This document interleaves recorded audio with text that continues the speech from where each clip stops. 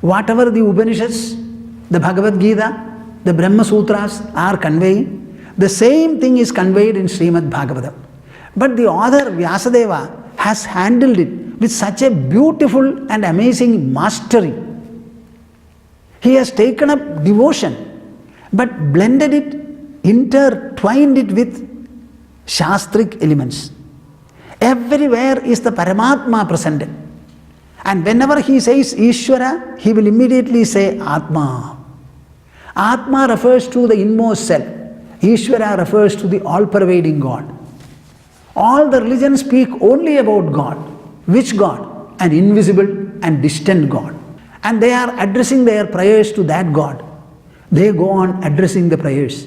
Whether God hears them, and what does God feel about these praying devotees, all these things remain unknown.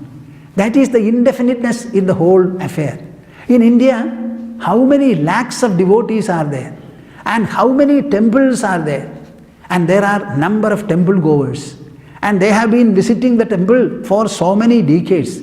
At the end, I am asking every one of them, has God come nearer you, or have you gone closer to Him? Swamiji, we don't know.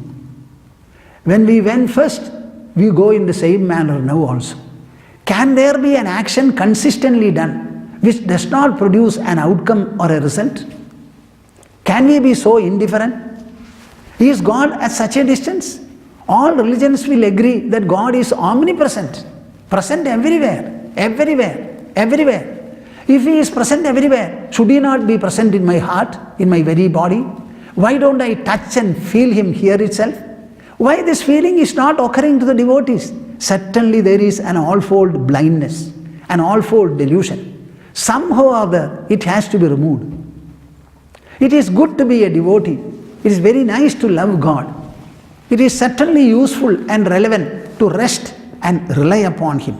Everything is good, but not at the cost of wisdom and realization. Our God should become dear and near to us. Not merely dear, but also near. Now, Srimad Bhagavatam tries to make this very, very clear and strong. Srimad Bhagavata is very clear that devotion should be fruitful. Devotion should be closely related to the mind and intelligence of man. The devotee should be the model and the sample individual, whom the whole world should admire and look to for inspiration, guidance, consolation, relief, strength, and whatnot. Why is it that we are not able to develop devotion as a methodology or an ideology and then grow well? Why is it? What is the trouble that we are suffering from? Srimad Bhagavata will help you. I always say, the human mind is the raw material.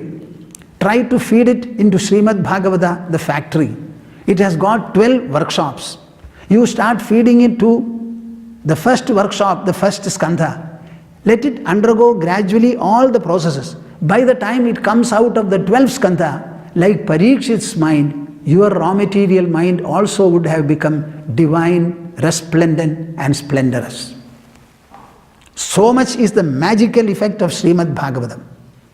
Why Srimad Bhagavata is made for this ISS, inner spiritual splendor discussion, I have already explained it. I will explain to you again. Srimad Bhagavatam is a wonderful exposition.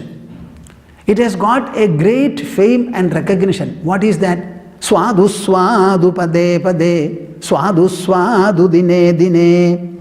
Srimad Bhagavata readers always say that. Swadu swadu pade pade. Word after word, it is sweet, delicious, more delicious, still more so. Swadu swadu dine dine. Similarly, it becomes a sumptuous meal day after day, day after day. You start taking Srimad Bhagavata composition, it's available. Translation also is available. Gita Press Gorakhpur produces the best Hindi translation. There are English translations also, books are available. Now, you read a book. And if you start a familiarity and start reading it, you will find every day it fascinates you. You develop more and more affinity to it. Swadu swadu pade pade. It's such a beautiful text. very sweet, very delicious, very endearing, very stimulating, very thought-provoking. It makes you inquire, go deeply and deeply, very beautiful, nothing else is required. Swadu swadu dine dine. Not only that, Vidyavatam Bhagavate Pariksha. For the erudite and the enlightened, Srimad Bhagavatam as a literary composition offers a constant pariksha, a question paper, an examination. You know, it contains 18,000 Sanskrit verses. And in Sanskrit, unlike English, we can combine many words together. There can be a word which will run into several lines. Several lines. The conjunction of words itself is a great art. So, in order to read the Bhagavatam, try to understand the meaning of the combined combinational words, samyukta padas. Sometimes one word will occupy. When I am going on with my telecast and somewhere I come across one word, I try to consult. And whichever commentary or bhashya I consult, what I look for, it is not mentioned there. Then whom to ask? It's a wonderful language. So my dear listeners, my dear viewers, what Swamiji has to tell you is that there were times and occasions when a particular word or a sentence kept me imagining, thinking for hours, sometimes even weeks. So much occupying this wonderful language is. They say no language in the world is so occupying, so robbing. There are some special constructions of words which even now are not unraveled. The writer may have a certain intention and we may not be able to understand it easily. So it's such a wonderful text. And for the knowledgeable people, Bhagavate Pariksha. Why I said this? There must be a few intellectuals at least in my viewers. I would like you intellectuals to understand that this Srimad Bhagavatam is going to be a challenge for you if you are an intellectual. Better buy a copy of the book and start reading it. You will find your intelligence will become sharper. Your mind will become more flexible and assimilative. The extent of courage, confidence and assimilativeness that you are able to generate, preserve and display will be enormous. To the students, what I have to say is, if you are going to be exposed to things like this, spiritual and philosophical subjects, your power of understanding will grow tremendously. Normally, if you take 1 hour to understand a particular lesson or any kind of a matter, you will be able to read and understand it in 40 minutes, if not in 30 minutes. I have told this several students and all of them feel so. I have some little ones also to listening to me. Some of them have become grown up. I am myself 78. I started speaking. People made me a speaker and an exponent right when I took up sannyasa and started wandering in Kerala. On the second day, they caught hold of 2 desks, made them a table, asked them to stand there, sit there and address them on Bhagavad Gita. So our Parivrajaka life underwent a kind of a beautiful turn. Rather than walking alone, not speaking to anybody, suddenly we became exponents. And people started calling us for exposing to them the Bhagavad Gita and the other texts. So quite a number of students are there who are grown up. All of them consistently agree that any kind of an exposure to this inner subject increases tremendously the potential and sensibility of the inner personality. So this Srimad Bhagavata is a beautiful scripture. And as I tell you, as I proceed with the text, you will understand what is the original, the first verse of Srimad Bhagavatam and what does the author say in the second verse. They always tell you to capture and master the inner spiritual splendor. Only external lights the eyes are seeing. The word light does not necessarily mean only the visual light. When a thought or an emotion arises in your mind, how do you know it? Is there any external light available there? But even then, every thought, every letter, every emotion that arises in your mind, you are sensing. So, in a comparable term, we have to say, in whose or what light do you perceive the thoughts? So, the word illumination, luminosity, brilliance, light, etc., do not give the constricted visual connotation to it. Understand that there is something within our body in the presence of which we are able to cognize and recognize our thoughts. That light is what we refer to as splendor. That splendor does not belong to matter, the body, or energy. It belongs to the spirit. It is not material, it is spiritual.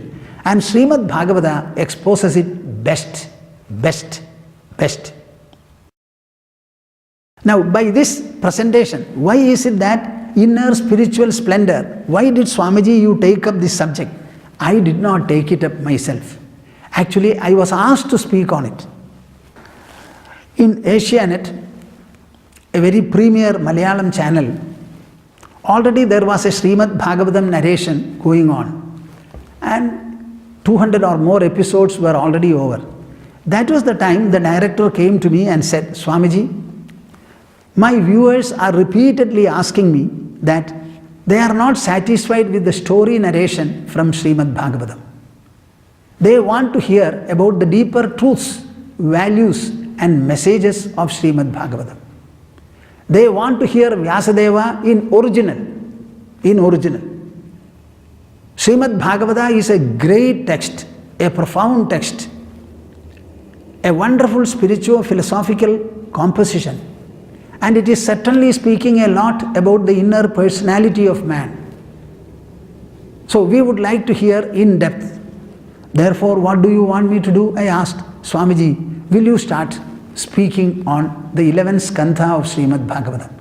I said, why are you asking me? There are so many scholars, why don't you go to them?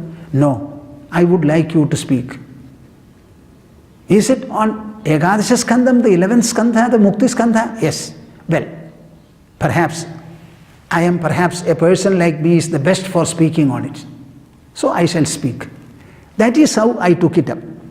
Now, when I started speaking, as I told you, it is more than 200 episodes, I generally speak outside Kerala. Not that I don't speak in Kerala. I started traveling in Kerala and speaking from different places and towns for 2 years consistently. That was in the local language. Perhaps we were the first Malayalam speakers who could speak so very well on Bhagavad Gita and the rest. Then at one time somebody invited me to go to Madras, and in Madras I spoke in Tamil.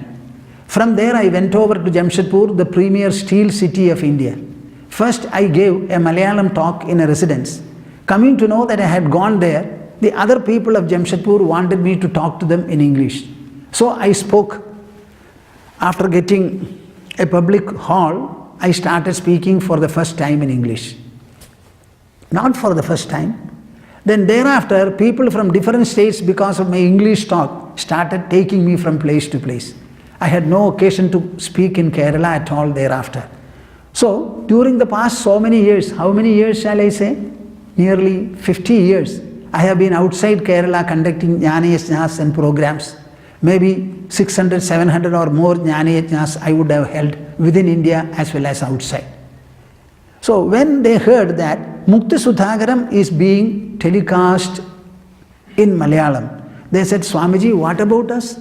Should we not hear you in Srimad Bhagavatam? Because I don't make Srimad Bhagavatam as the basic text for my discussion. I discuss it here and there as a scripture or a shastra. But I don't read or expose from cover to cover Srimad Bhagavatam. That is the job of the Saptaham people, not me. So they said, we must also have an English exposition. Say, how is it possible? What all things can I do? So this has been going on, and they were repeatedly telling me, Swamiji, we also want to hear you on Srimad Bhagavatam. It is such a beautiful nectarine text that we should also have enough drops of the nectar of Srimad Bhagavatam. So the thought was there, and very recently I said, okay, in addition to the Malayalam series, which still I am speaking and preparing, generating matter, I have to race against time in order to produce matter in Malayalam for the telecast Mukti-skandham. So I said, I will also try keeping all of you, your fondness in my mind. That is how I came to take up this one. The non-Keralites wanted an English exposition. Now, you will find in the Hindi belt particularly, and also in Maharashtra, Gujarat, other places, a lot of Saptahams are being held. But in Saptahams, the profound exposition of Srimad Bhagavatam, whether it is a presentation of an original thought process, or maybe a dialogue, a kind of a description, you will find that original truths, very profound as they are, the entire Vedas are analyzed there. In Srimad Bhagavatam, there is a Veda Stuti, a hymn addressed by the Vedas themselves. It is considered to be the most terse and difficult. What is the purport of the Vedas themselves? It is brought forth towards the end of the 10th skandha there.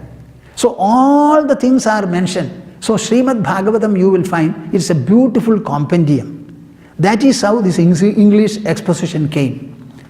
So in the background of the Mukti-skandham, the Malayalam version, people wanted me to take up an English exposition, and I came to this.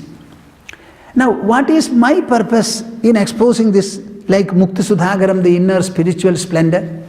I want to tell you about the undeniable values, enrichments, empowerments, and embellishments. Mark these words. The value, enrichment, empowerment, and embellishment, which is presented in Srimad Bhagavatam, which has got an eternal relevance. Eternal relevance. A relevance to the human mind and to the human intelligence. Why eternal relevance? Because think of the most ancient man, his body, and the most modern man, his body and mind. Is there any change? Our body continues to be the same. We have 2 hands and 10 fingers, 2 legs and 10 toes, 2 eyes, 1 nose, 2 ears. The body remains the same. And so far as the mind, intelligence and ego are concerned, they are also the same. So where is the change? So if there is a value, so far as the human mind and intelligence are concerned, the value by its very nature is eternal. The present Srimad Bhagavatam that we have, it was written about 1400 years back. Preferably somewhere in the south is what the scholars say. I am not saying.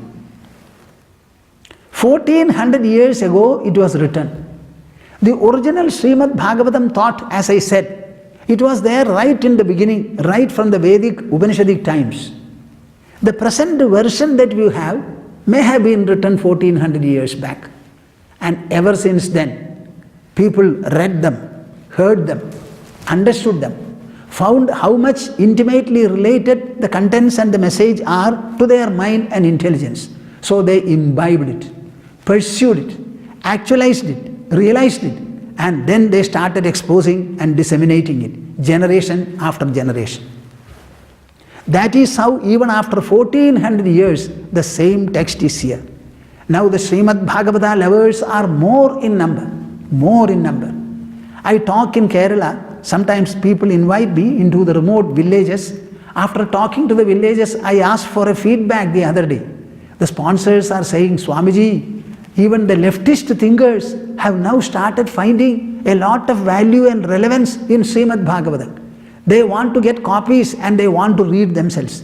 It is not the cock and bull story, certainly not.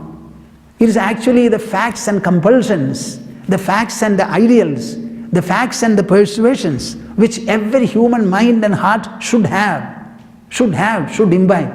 So we also want to read. This kind of a revolutionary effect is there. That is why I thought of taking up and exposing this. I am already doing it.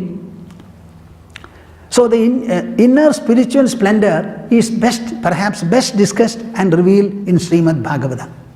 And there, while discussing it, you will find all the values and truths and messages of our life, behavior and interaction. Please mark these words. In every human individual, whether it is individual or multiples of the individual, first family, then the society, then the nation and the globe, all of them you will find, basically they have something called character. Character is a static factor so far as the inner personality is concerned. whether a person has got loyalty, whether he is truthful, whether he is honest, etc., that character. Another is behavior, the manner in which the character is displayed in his physical movements, in his speech, in his interaction. So character, behavior and interaction. We have to interact with persons. We have to interact with places, surroundings and environments. We have to interact with different types of events. In all these things, there are some values we have to preserve. Our body is preserved by food and nourishment. Mark my words. Our body is preserved by food and nourishment. I am asking every one of you, with what are you going to nourish your mind, intelligence and ego? Give me an answer. As parents and elders and guides, are you bringing up the young ones in your family, ensuring that you are feeding and nourishing their mind, intelligence and ego? I think none of you parents can give an affirmative answer. Unless you know the nourishment yourself, you embody it in yourself, how can you instill it to your children? Is it ever possible? My dear souls, we are missing a lot, a great deal. The earlier we understand it, the better. The earlier we understand it, the better. Here is Sreemad Bhagavatam, a constant companion for you. It offers you sukur, it offers you refuge. Beyond that, it offers you an interminable, inexhaustible inner treasure. If you are able to dip into it, gain it, you can float in exhilaration and ecstasy. It will flood and inundate your heart, mind and intelligence. So much is there, so much is there. So Srimad Bhagavata is a beautiful exposition. You know, we took up the task of conducting a Srimad Bhagavata Tattva Samiksha Satram. What do you mean by that? It is not the Saptaham, a 7-day exposition, primarily by reading and narrating the story. Reading we formally do early in the morning. Before 8:30 the reading will be over, 2 or 3 hours a day. And then right from 8:30 we start having exponents speak about Srimad Bhagavatam. First we conducted it for 13 days. There were more than 45 speakers. Every day 5 speakers spoke one after the other on Srimad Bhagavatam. On any subject they agreed upon. So many subjects were evolved and anybody could speak on their subject.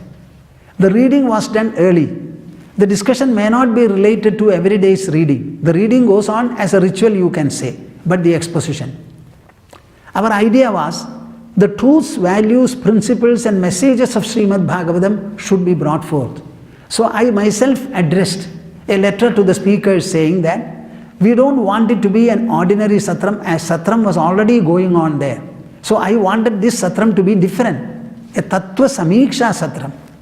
We must be able to critically analyze and correlate the different statements of Srimad Bhagavatam, relating one to the previously mentioned or the successively to be mentioned parallel messages, etc., and make it a knowledge festival, a knowledge treat to the listeners. This was the idea. First of all, the scholars who received the letter, they were wondering, what is this Tattva Samiksha? So I had to explain it. And then the first year itself, people started saying this satram is entirely different. It is an altogether different insight. We ourselves have to get prepared. And we had in mind that it should be yearly done. So it was started in 2002. 8 years we have conducted it. This time it is going to be the 9th year. On December 24th it will start. And next year, 2011, January 2nd, it concludes with the Vishnu Sahasranama Samuha Sarvajanik Yajna, where more than 1,000 people will sit and do Archana, and parallelly on the other side, 10 people will also do Havan. Yesterday we had a Vishnu Sahasranama Yajna here. I am talking to you from our Satsanga hall in the Center for Inner Resources Development in Ghaziabad, in the outskirts of Delhi. This is actually a place in Vasundhara, in Ghaziabad. Virtually you can say in Delhi. Now here there is an octagonal satsang hall. I am seated here. In front of me are the camera people, and there are also a few people. Ma Gurupriya is there on my left, and some others also are around. So without seeing you I am talking, whereas you have the benefit of seeing me always. Now this Satram, 9th year we are conducting. So right from then on, my intention was the values, principles and messages of Bhagavatam should be made known to them. For that also there was a reason. To commemorate the Shatabhishekam of Purushottama Swamiji, the local people had thought of some program and they came and discussed with me. So I told them, for Swamis and Sannyasins, there is no Shatabhisheka ceremony or ritual. But we are all exponents and disseminators of spiritual wisdom. If you can think of something like this, it is well and good. So they arranged a Saptaham. One Professor Vaidyalinga Sarma, a leading exponent of Srimad Bhagavatam, especially of the Saptaham style, he was called and he conducted it. Some 200 and odd people were attending and they were very, very happy. In that village, no such Saptaham was held any time in the past. So they were very happy. Most of the listeners were floating in devotional fulfillment. At the end of it, there was something very unprecedented. They went to Purushottam Swamiji and said, Swamiji, we have heard the Saptaham. It was very good and exhilarating. But we have only this much to say. The Saptaham is only the beginning of our Srimad Bhagavata association. We want to hear more about Srimad Bhagavatam, particularly the original messages and values which Vyasadeva has particularly incorporated in Srimad Bhagavatam. So this Saptaham will not be sufficient. So will you arrange something whereby the Srimad Bhagavata text itself will be exposed in the form of continuous discourses, continuous lectures.